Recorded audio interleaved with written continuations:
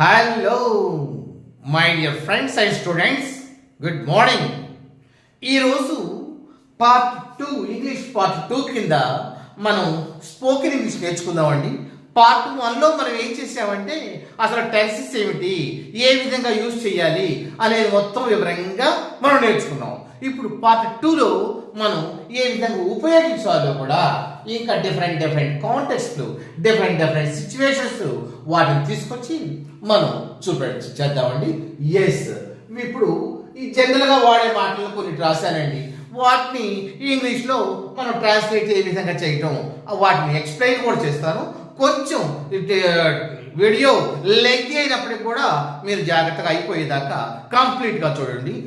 చూసే ముందు ఒక్కసారి మరి నేను ఇప్పటి నుంచో చెప్తున్నాను, ఇంతకాలం నుండి నేను ప్రిన్సిపల్గా చేస్తున్నాను. మరి ఇప్పుడు మీకు మీ దగ్గరికి ఆన్లైన్ సిస్టమ్ వచ్చింది కాబట్టి మీకు చెప్తున్నాను. మరి ఎంకరేజ్ చేయడానికి లైక్ చేయండి, షేర్ చేయండి, సబ్స్క్రైబ్ చేసుకోండి అని కూడా చెప్పానుగా. ఇదంతా మీరు చేస్తారండి. ఈ సూత్రెందుకు కత్తిరాడి సబ్జెక్ట్లోకి వెళ్ళి నేర్చుకుందామా? ఎస్, వాళ్ళు ఇక్కడికి ఎప్పుడు వచ్చారో నాకు తెలుసు. వాళ్ళు ఎప్పుడు వచ్చారో నాకు తెలుసు. ఇంగ్లీష్లో ఉందండి. ఇంగ్లీష్ నేర్చుకునేటప్పుడు కొంచెం జాగ్రత్తగా ఉండండి. ముందు వెనక ముందు ఉంటుందా?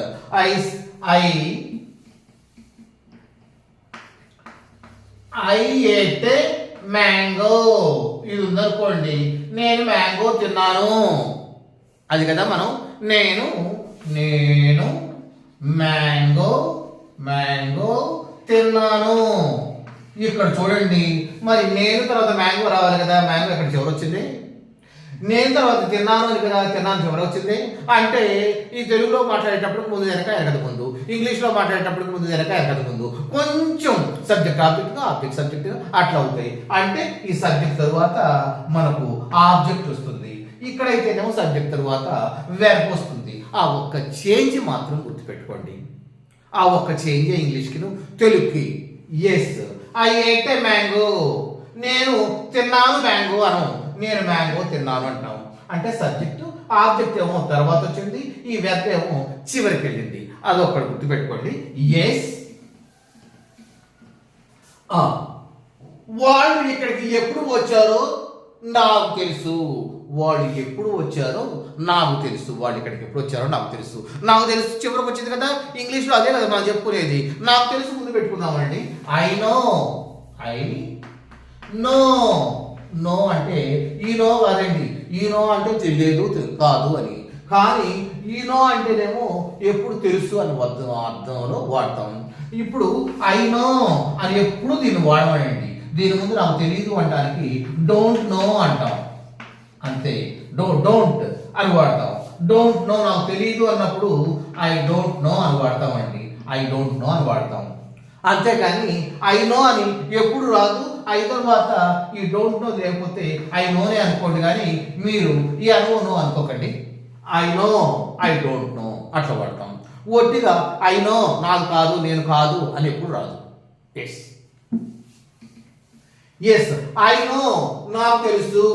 వాళ్ళు ఇక్కడికి ఎప్పుడు వచ్చారో నాకు తెలుసు. వెన్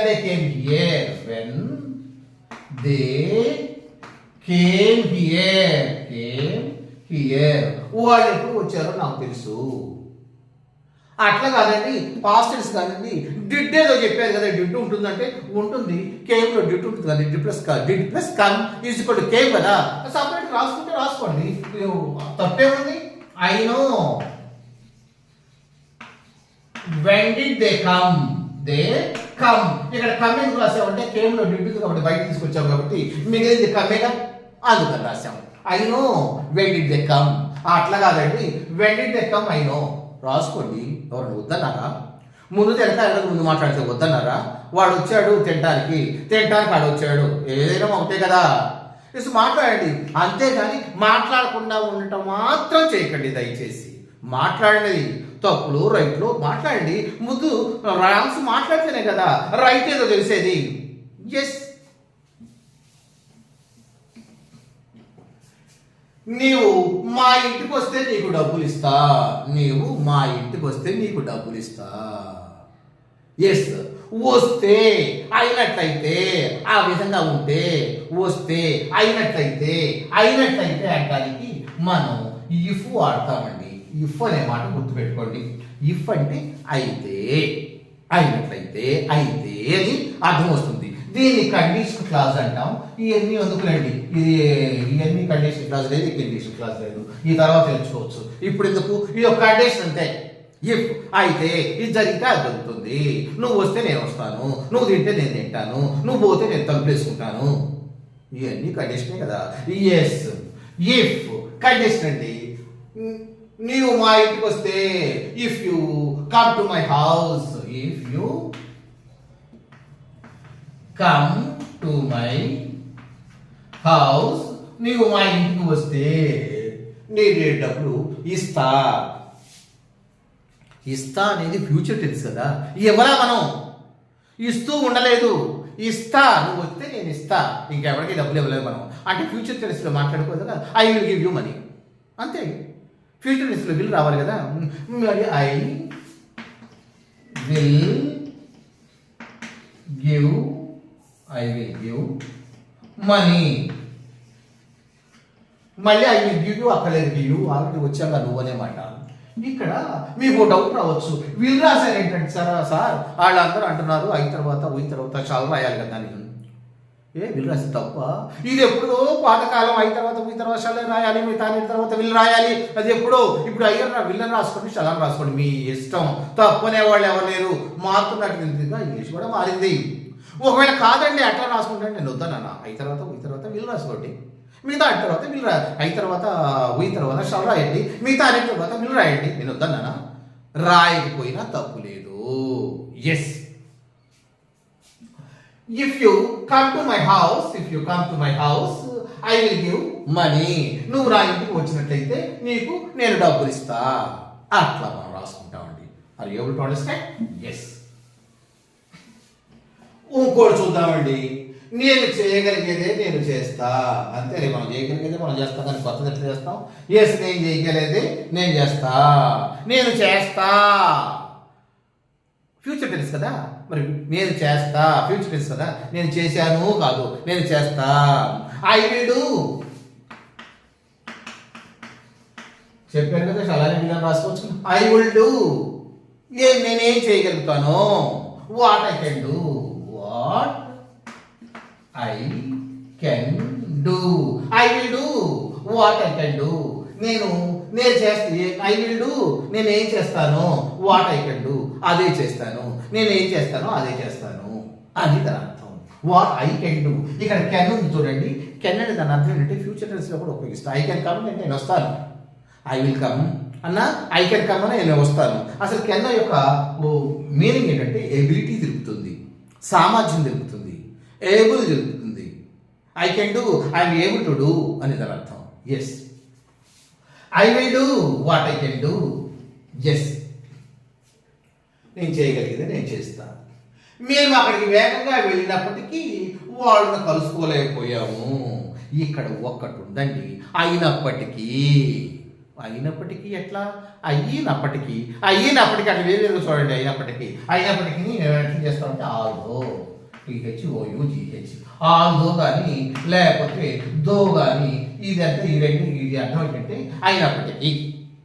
ఇది ఒకటి గుర్తుంచుకోండి. వీటిని కంజంక్షన్స్ అంటాం అండి. అండ్ ఇవన్నీ వచ్చి వీటిని కంజంక్షన్స్, రెండు సెంటెన్స్లు కలిపి సెంటెన్స్ని కంజెక్ట్ చేసి సెంటెన్స్ని కంజంక్షన్స్ అంటాం. ఎస్, ఆల్దో అంటే అయినప్పటికీ. ఎస్, అంతవరకు వచ్చిందా? ఇక్కడ చూద్దాం. మేము అక్కడికి వేగంగా వెళ్ళినప్పటికీ వాళ్ళను కలుసుకోలేకపోయాము. అదండి, మేము అక్కడికి వేగంగా వెళ్ళాము, కలుసుకోలేకపోయాము. We could not meet him, కలుసుకోలేకపోయాం కదా. అంటే we are not able to meet him కదా. మరి కలుసుకోలేకపోయాం పాస్ట్ టెన్స్ కదా. కెన్ అంటే ఎబిలిటీ తెలుపుతుంది కదా. మరి కెనాట్ అంటే ఇనెబిలిటీ తెలుపుతుంది కదా. మరి పాస్ట్ టెన్స్ అయితే కెన్ పాస్ట్ టెన్స్ కుడ్డే రాయాలి కదా. Yes, we could not meet him, COULD, we could not meet him. అతనైతే వాళ్ళనైతే మీట్ దెమ్ అనుకోరండి. అతనైతేనేమో మీట్ హిమ్ అనండి. మేము అక్కడికి వెళ్ళేటప్పటికి వాళ్ళని కదా. we could not meet them. మేము వాళ్ళని కలుసుకోలేకపోయాము. ఆల్దో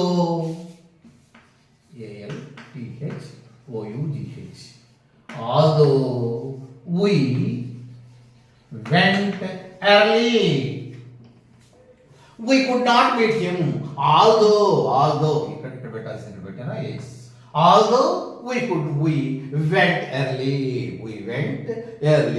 లేక we went there early. There అంటే అక్కడెక్కడ కదా, అదైనా వాడుకోవచ్చు. ఈ ఎక్స్ట్రా ఒకటి మాటలు ఈ తెలుగులో వాడుకోవట్లా. నేను అతనిని కొట్టాను, నేను వాడిని కొట్టానన్నా అంతే కదా అర్థం. అట్లానే ఇంగ్లీష్లో కూడా we could not meet him although we went early. ఎర్లీగా వెళ్ళినప్పటికి కూడా నేను వాడిని కలుసుకోలేకపోయాను. ఇక్కడ కూడా ఇట్లానే పెట్టండి. లేకపోతే కాదండి ఇది కాదు, దీని నుంచే ముందు మొదలు పెడతాను అనండి. మొదలు పెట్టండి, ఎవరుతున్నారు మీ ఇష్టం. although we went early we could not meet them అని రాసుకోండి. మరి చెప్పే ముందు కొన్ని ఇంపార్టెంట్ ఏది చెప్తాను కదా. ఇక్కడ మీట్ అండి, ఆహ్వానం గురించి మాట్లాడుకున్నాం. మీట్ 2 రకాలు ఉన్నాయండి. ఇది ఒక మీట్ అండి. ఈ మీట్ అంటేనే కలుసుకోవడం, ఈ మీట్ అంటేనే మాంసం. మనం తెచ్చుకుంటాం ఆదివారం అదే. ఎస్, ఈ మీట్ అంటేనే కలుసుకోవటం, ఈ మీట్ అంటేనే మాంసం. ఇది వెర్బ్ కాబట్టి మీట్ మెట్. ఎస్,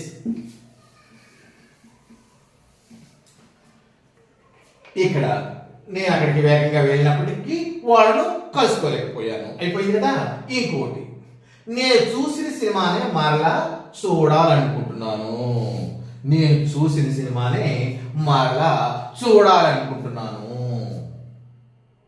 నేను ఆల్రెడీ చూశాను, మరలా చూడాలనుకుంటున్నాను. ఎగైన్ అని పెట్టుకోండి. ఫస్ట్ ఎగైన్ అంటే మరలా. Again I want to see that picture. Again, I want to see that picture. PICTURE. Picture పెట్టుకోండి, లేకపోతే మూవీ అని రాసుకోండి. MOVIE movie. Again, I want to see movie. నేను మరలా చూడాలనుకుంటున్నాను చూసిన సినిమానే. ఆల్రెడీ ఇప్పుడు చూసాం మనం. which I have already seen. which అనేది కూడా మనం కంజంక్షన్ అనుకున్నాం కదా, 2 సెంటెన్సెస్ కలుపుతుంది అనుకుంటున్నాం కదా, అదే which I have already seen. అది ఆల్రెడీ సీన్ చూసినప్పటికీ కూడా నేను మరలా చూడాలనుకుంటున్నాను. కానీ ఇదే ముందు పెడతానంటే I already seen. Again I want to see that movie. రాసుకోండి, భయపడకండి. ఎట్లా రాసినా కూడా English very very very convenient subject అండి, కన్వీనియంట్ లాంగ్వేజ్ అండి. ఎట్లా మాట్లాడినా కూడా కరెక్టే అవుతుంది. Yes, again I want to see that movie which I have already seen. మూడో రూపం అండి, ఎందుకంటే పర్ఫెక్ట్ టెన్స్ కాబట్టి హ్యావ్ వచ్చింది, మూడో రూపం గారికి వచ్చింది. Present tense, past tense, past participle tense. Yes,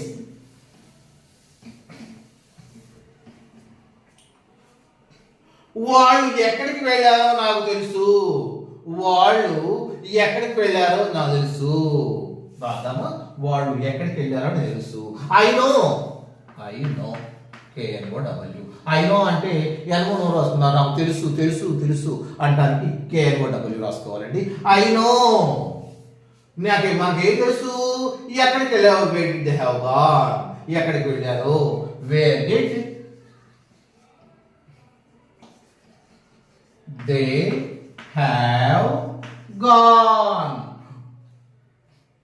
I know where did they have gone. లేకపోతే I know where did they have gone. I know అనండి, తప్పే ఉంది అందులో. yes, I know where did కదండి, where they have gone. వాళ్ళు ఎక్కడికి వెళ్ళారో నాకు తెలుసు. వాళ్ళు ఎటు వెళ్ళారో నాకు తెలుసు. దానికి ఏంటి? which డైరెక్షన్ పెట్టుకోండి, వేరు పెట్టుకోకుండా which డైరెక్షన్. డైరెక్షన్స్ అంటే ఇదేంటండి, ఈస్ట్ వెస్ట్ సౌత్ నార్త్, ఎటువైపు వెళ్ళారో నాకు తెలుసు. I know which direction they have gone. Yes, ఇక్కడ అదే కదా మనం అనుకుంది. నేను చూసి సినిమా అయిపోయింది, వాళ్ళు ఎక్కడికి వెళ్ళారో నాకు తెలుసు. I know where they have gone. కాదు, I know which direction they have gone. అట్లా కాదండి, వాడు ఎక్కడికి వెళ్ళారో నాకు తెలుసు అంటానికి పాస్ట్ టెన్స్ రాసుకుంటానంటే రాసుకోవద్దంటారు. ఐ నో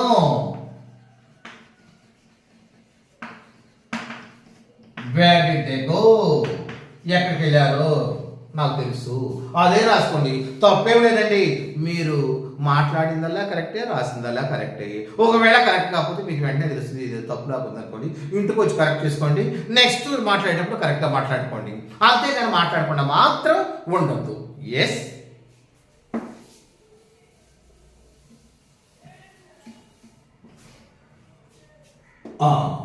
ఎప్పుడు ఏం జరుగుతుందో ఎవరని చెప్పలేము. ఎప్పుడు ఏం జరుగుతుందో ఎవరము చెప్పలేము. నిజమే కదా, ఎవరము చెప్పలేము. నోబడి, ఇది ఒకటి వచ్చిందండి. నోబడి అంటే ఎవరు కాదు. ఎవ్రీబడి అంటే ప్రతి వాళ్ళు. ఎవ్రీబడి కామ్, ప్రతి వాళ్ళు రాండి. Nobody should not, nobody come, ఎవరు రాలేదు అంతే. ఎస్ ఎస్, ఇక్కడ ఏమిటి మనకు ఎప్పుడు ఏం జరుగుతుందో ఎవరు చెప్పలేము. నోబడి కెన్ సే, ఎవరు ఏం చెప్పలేము. వాట్ విల్ హ్యాపెన్ నెక్స్ట్, ఏం జరుగుతుందో ఫ్యూచర్ టెన్స్ కదా. What will happen next, what will happen, HAPPEN, next. ఈ యొక్క చూడండి, హ్యాపెన్ అంటే సంభవించటం అండి, జరుగుతుంది, జరగటం, సంభవించటం, ఆ అర్థంలో మనం వాడతాం. ఇది కూడా verb happen. Yes, nobody can say, ఎవరు చెప్పలేము. సే ఫస్ట్ సెడ్ అండి. సే అంటే చెప్పుట, మాట్లాడతా. ఎస్, చెప్పుట. నోబడి కెన్ సే, ఎవరు ఏం చెప్పలేము. వాట్ విల్ హ్యాపెన్ నెక్స్ట్ ఏం జరుగుతుందో ఎవరు కూడా చెప్పలేము. అది. Are you able to understand? Yes. కొంచెం వీడియో లెంగ్తీ అయ్యేటట్టుందండి, కానీ మనం నేర్చుకోవాలని పట్టుదల కాబట్టి లెంగ్తీ అయినా కూడా తప్పకుండా చూడండి. ఇక వారం చూడండి, వారం పొద్దుట సాయంత్రం పెట్టుకొని చూడండి. ఆ వెర్బ్స్ ఉన్నాయి కదా, ఆ వెర్బ్స్ చేంజ్ చేసుకుంటా మీ కన్వీనియంట్ ప్రకారంగా మీరు సొంతగా మార్చుతూ ట్రై చేయండి. ఒక వీక్ అయిన తర్వాత మీరు మాట్లాడటం మొదలెట్టండి. ఈజీగా మాట్లాడతారు. భయం అయితే మీ చెల్లెలతో మాట్లాడండి. చిన్నపిల్లగా ఫస్ట్ క్లాస్, అది దానికి ఏం తెలియదు. అదేవిధంగా అయితే మీ అక్కతో మాట్లాడండి. ఆవిడకి కూడా ఏం తెలియదు. ఆవిడ తెలిసినప్పటికీ కూడా మా తమ్ముడే అనుకుంటుంది. అట్లా మాట్లాడండి. మరి మాట్లాడుతుంటే మిస్టేక్స్ ఉంటాయి కదా, మిస్టేక్స్ మనకు తెలుస్తాయి. ఒకవేళ మీ పెద్దవాడితో మాట్లాడుతుంటే వాడు తెలిస్తే వాళ్ళు రెక్టిఫై చేస్తారు ఇంట్లో వాళ్ళు. వాళ్ళ దగ్గర కూడా వెళ్ళండి. నాకు భయం అండి, నాకు సిగ్గండి. సిగ్గు అయితే అర్థం ఉంది కదా, అర్థం ముందు నిలబడండి. మీరు ఇష్టం వచ్చినట్టు మాట్లాడండి. మీకు తెలిసి మాట్లాడండి. మిస్టేక్స్ ఏదో తెలుస్తాయి, మళ్ళీ కరెక్ట్ చేసుకోండి. ఒక ధైర్యం వచ్చిన తర్వాత బయటకు వెళ్ళి మాట్లాడండి. మీ ఫ్రెండ్స్తో మాట్లాడండి. ఫ్రెండ్స్ ఎట్లా మాట్లాడినా వాడు ఓకే చేస్తున్నారు కదా, వాళ్ళకి ఏదైనా బాగా తెలుస్తుంటే రెక్టిఫై చేస్తుంటారు. అట్లా మాట్లాడే తప్ప మాట్లాడకుండా మాత్రం ఉండండి. రేపు ఏం జరుగుతుందో ఇది కూడా అంతేనండి. ఎప్పుడు ఏం జరుగుతుందో ఎవరు చెప్పడం, రేపు ఏం జరుగుతుందో ఎవరు చెప్పడం. Nobody can say what will happen tomorrow. రేపు ఏం జరుగుతుందో రేపు అన్నాం కదా. Nobody can say what will happen tomorrow. Yes. పరాజయం పట్టించుకోకు, ఇది ఉందండి. పరాజయం పట్టించుకోకు. నెవర్ అంటే నోబడి అన్నా నెవర్ అన్నా కాదనే కదా. ఎస్, నెగిటివే కదా. Never opposite NVER. Never opposite ever, ప్రతిదీ, ప్రతిసారి, ప్రతివాడు. నెవర్ ఎవరు, వాడు కాదు, ఏది కాదు. ఎస్. పరాజయం పట్టించుకోకు. Never mind failures. Never mind అంటే మైండే కదా. నెవర్ మైండ్, నీ మైండ్లోకి ఎక్కించుకోబాకు. Failures, FAILURES. Never mind failures, నీ మైండ్లో ఫెయిల్యూర్స్ ఏమి ఎక్కించుకోబాకు. అదే పరాజయం పట్టించుకోకు అని అర్థం. అది అంతేకాని కొన్ని జనరల్గా మాట్లాడుతుంటున్నాం కదా, కొన్ని మాటలు గూఢార్థాలుగా ఉంటాయి. అయినప్పటికీ మనం మాట్లాడాలి. అట్లనే ఇంగ్లీష్లో కూడా అండి. ఎస్. నెక్స్ట్ ఇదండి. తిన్నట్లుగా వెళ్ళిపోతుంది అంటే నడుచుకుంటూ వెళ్ళిపోతుందా? మన చిన్నగా నడుచుకుంటూ వెళ్ళిపోతుందా? కక్కుంటున్నాం అని దాని అర్థం. అంతే కదా. తిన్నట్టుగా కక్కుంటున్నాం అని అండి దాని అర్థం. ఎస్. కక్కోవటం ఎట్లా అంటారు? కక్కోవటం వామిటింగ్ మీకు తెలుసు కదా. టాబ్లెట్ కూడా తెచ్చుకుంటారు కదా మెడికల్ షాప్కి, నాకు వామిటింగ్ వస్తుందండి అది, అదే వొమిట్. ఎస్. తిన్నట్లుగా వెళ్ళిపోతుంది. ఎస్. వొమిట్. ఇక్కడ ఒకటి తెచ్చుకోవాలండి. యాజ్ ఇఫ్ అదే విధంగా, ఎటువంటి చేంజ్ లేకుండా. యాజ్ ఇఫ్ ఆ విధంగా, ఏ విధంగా తిన్నాము ఆ విధంగా అని అర్థం. As if. Omit as if, మనం ఒమిట్ చేసుకుంటున్నాము. యాజ్ ఇఫ్ ఏమిటి? Eating something. ఈటింగ్ సంథింగ్ అంటే మనం ఏమైతే ఈట్ చేస్తున్నామో, ఈటింగ్ అంటే తెలుసుగా తింటాం. ఈటింగ్ సంథింగ్, సంథింగ్ ఏదైతే తింటున్నామో యాజ్ ఈజ్గా అది ఒమిట్ చేసుకుంటున్నాము అని దాని అర్థం అండి. ఇంకా అంతకంటే ఏం లేదు. ఎస్, ఒమిట్ యాజ్ ఇఫ్, అదేవిధంగా మనం ఏం తిన్నామో అదే విధంగా అని, ఒరిజినల్గా అని. ఒరిజినల్ అంటే ఒరిజినల్ కాదు. Omit as if, as if eating something, మనం తిన్నట్లుగా కప్పుకుంటున్నాము అని దాని అర్థం. ఎస్, ఇప్పుడిప్పుడే డెవలప్ అవుతున్నా. ఇప్పుడిప్పుడే డెవలప్ అవుతున్నా. నవ్వు అదే ఇంగ్లీష్లో మాట్లాడాలి. ఎలా? ఇప్పుడు అంటే నవ్వు, ఇప్పుడిప్పుడే నవ్వు. నవ్వా? కాదండి, అది వంకర టింకరగా ఉందిరా అంటాడు మా ఫాదరు. వంకర టింకరగా ఉందంటే వంకరగా ఒక విధంగా, టింకరగా ఒక విధంగా కాదు. వంకరన్నా ఒకటే, టింకరన్నా ఒకటే. ఒకే పదాన్ని 2 సార్లు దాన్ని స్ట్రెస్ చేయడానికి మనం మాట్లాడే మాటలు. ఎస్, అంతేగాని వంకరకి ఏమనాలి, టింకర్ని ఏమనాలి అంటాం. మనం ఆలోచిస్తామా? నో. ఇక్కడ కూడా అంతే. ఇప్పుడిప్పుడే అంటే ఇప్పుడే అని ఒకటి మాటే, దాన్ని 2 సార్లు స్ట్రెస్ చేయడానికి ఉపయోగపడతాం. ఇప్పుడిప్పుడే అంటే జస్ట్ ఇప్పుడిప్పుడే డెవలప్ అవుతున్నా. Just being developed, just BEING being developed. ఇక్కడ రాస్తా DEVELOPED, జస్ట్ బీయింగ్ డెవలప్డ్. ఇప్పుడిప్పుడే డెవలప్ అవుతున్నా. కాదండి, ఇప్పుడిప్పుడే డెవలప్ అవుతున్నాను కంటిన్యూస్ టెన్స్ కదా అని మీకు ఒక అనుమానం వస్తే కంటిన్యూస్ టెన్స్ పెట్టండి. DEVELOPING,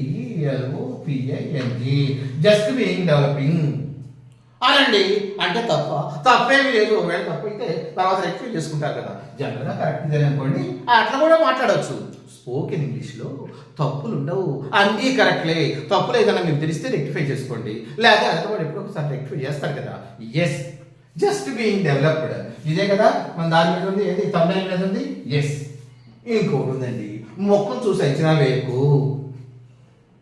అరే చూసి నవబాకుల వాడిని అంటే చూసి నవబాకు దాన్ని ఆలోచించు అని మన పెద్దలు అంటారు కదా, అదేనండి మొక్క ప్రోవర్బ్గా కూడా ఉపయోగపడుతుంది. ఎస్, మొక్క చూసి అంచనా వేయకు. Never judge, never judge.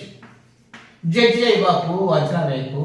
న్యాయం చెప్పాకు. వాడు మొక్క చూడగానే అబ్బో వీడు దొంగ కాదు అనుకోబాకు. వాడు చేసిన పనులన్నీ కూడా జాగ్రత్తగా చూడు. Yes, never judge by, never judge. ఎట్లా ఉంటుందంటే సామెత ఎట్లా ఉందంటే never judge a book, BOOK, never judge book, never judge a book by its cover. Cover చూసి బుక్ని అంచనా వేయకు అని. ఇదేంటంటే కవర్ చూసి అంటే ముఖం చూసి అంచనా వేయకన్నారు. ఇక్కడ కవర్ చూసి ఏంటంటే అదే రాసుకో. Never judge anybody by seeing his face, by seeing his face. అతని ఫేస్ చూసి, లేకపోతే సీయింగ్ ఎందుకు లేదంటే తీసేసేయి అయినా కరెక్టే.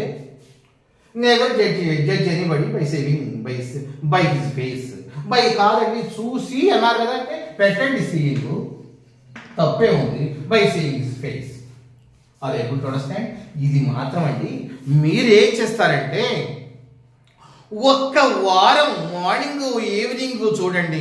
చూసిన తర్వాత మీరు అద్దం ముందు మాట్లాడుకోండి. తర్వాత మీ సిస్టర్స్తో మాట్లాడండి, మీ బ్రదర్స్తోనూ లేదా మీ అక్కలతోనూ మాట్లాడండి. మాట్లాడిన తర్వాత మీ ఫ్రెండ్స్తో మాట్లాడండి. వచ్చేస్తుంది.